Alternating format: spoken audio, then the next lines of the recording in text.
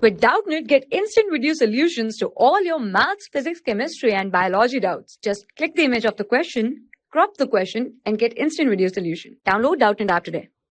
Hello students, the question says that the magnetic field of a cylindrical region shown in figure increases at a constant rate of 10 millitesla per second. Each side of square loop has a length of 2 centimeter and a resistance of 2 ohm. Correctly match the current in the wire AD in 4 different situations as listed in column 1 with values given in column 2. So let us take each and every option or every case one by one. As we can see, the first option says that switch S1 is open and S2 is open and S1 is closed. So if I can mark over here, S1 is closed and S2 is open. So before proceeding, let us take the concept of the question. The concept of the question is that since magnetic field is increasing, so by Faraday law of induction, the induced EMF is N delta phi over delta T. Since number of turns are not mentioned, so we take N as 1, so the formula becomes delta phi over delta T. Now, phi is magnetic flux, that is B into A. Since field lines and area vector are parallel to each other, the term cos theta goes as 1.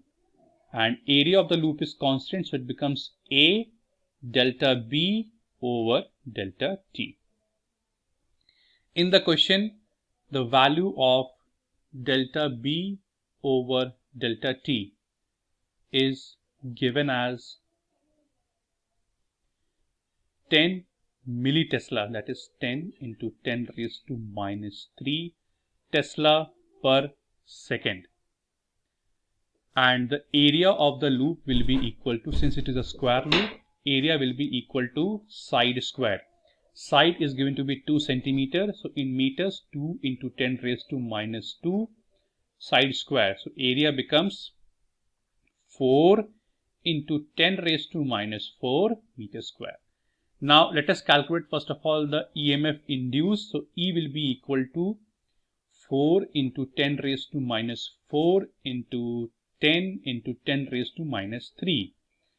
That becomes, that is equal to 4 into 10 raised to minus 6 volts. So that is the induced EMF.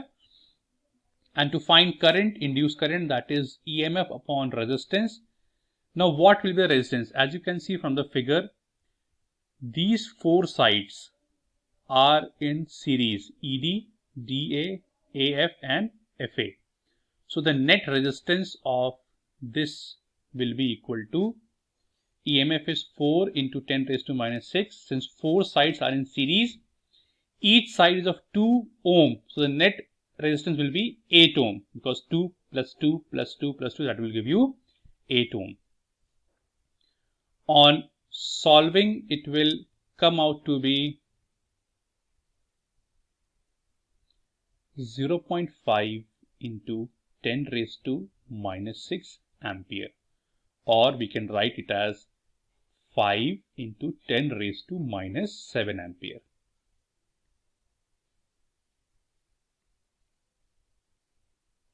We can write it as 5 into 10 raised to minus 7 ampere. Now from column 2 we can see that we have two options of 5 into 10 raised to minus P and Q. Now by Lenz's law we will find the direction of current. Since in this loop you can see that the field lines are going inside the plane of the paper and it is increasing, so the current will be induced in such a way that it will oppose the increasing field inside. So the current which is induced, it will have field which is outside the plane of the paper. So for that case, the current should flow from A to D or counterclockwise. So if we can mention the direction of current over here, on writing the over here, current goes from A to D. So for column 1, option A, the correct option matching is Q on the column 2. Moving on to the option B of column 1. Now what is being done? Simply the switches are being interchanged on both the sides, which is getting closed and which is getting open. Now S2 is getting closed and S1 is getting open. The magnitude of the EMF and the current remains the same as we did in part A, because the resistance and increasing field are one and the same thing. So the current in this case will be same as 5 into 10 raised to minus 7 ampere, but in this case, same again by Lenz's law, the current will be induced in such a manner such that its field comes out of the plane of the paper. So in this case, the current should go from D to A. So for option B on column 1, the correct matching thing is P. Moving on to the C part of column 1. It says both switches are open. When all the switches are open, your circuit is open. So what happens? There is no current. So for option C, the correct option on column 2 is T, this option. Now interestingly, the last part, it is the most interesting part of the question.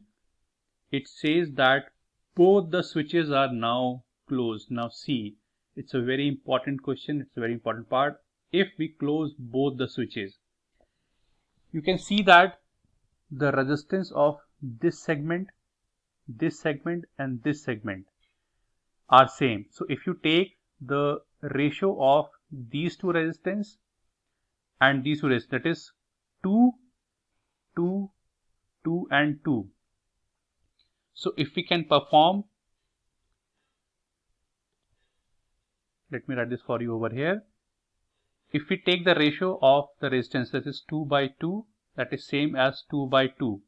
And we all know that it's a case of Wheatstone bridge. So the circuit is balanced, and what happens? No current flows in TA or AD. So for option D, again the correct option is T. So friends, the answer for this is that, if I can mark for you, for option A, the correct matching on column 2 is option Q. For option B, the correct matching on column 2 is P. And for option C on column 1 and for option D on column 1, both are having the option as T. So I hope the solution is clear to you. Thank you very much. For class 6 to 12, IIT JEE and NEET level. Trusted by more than 5 crore students. Download Doubtnut app today.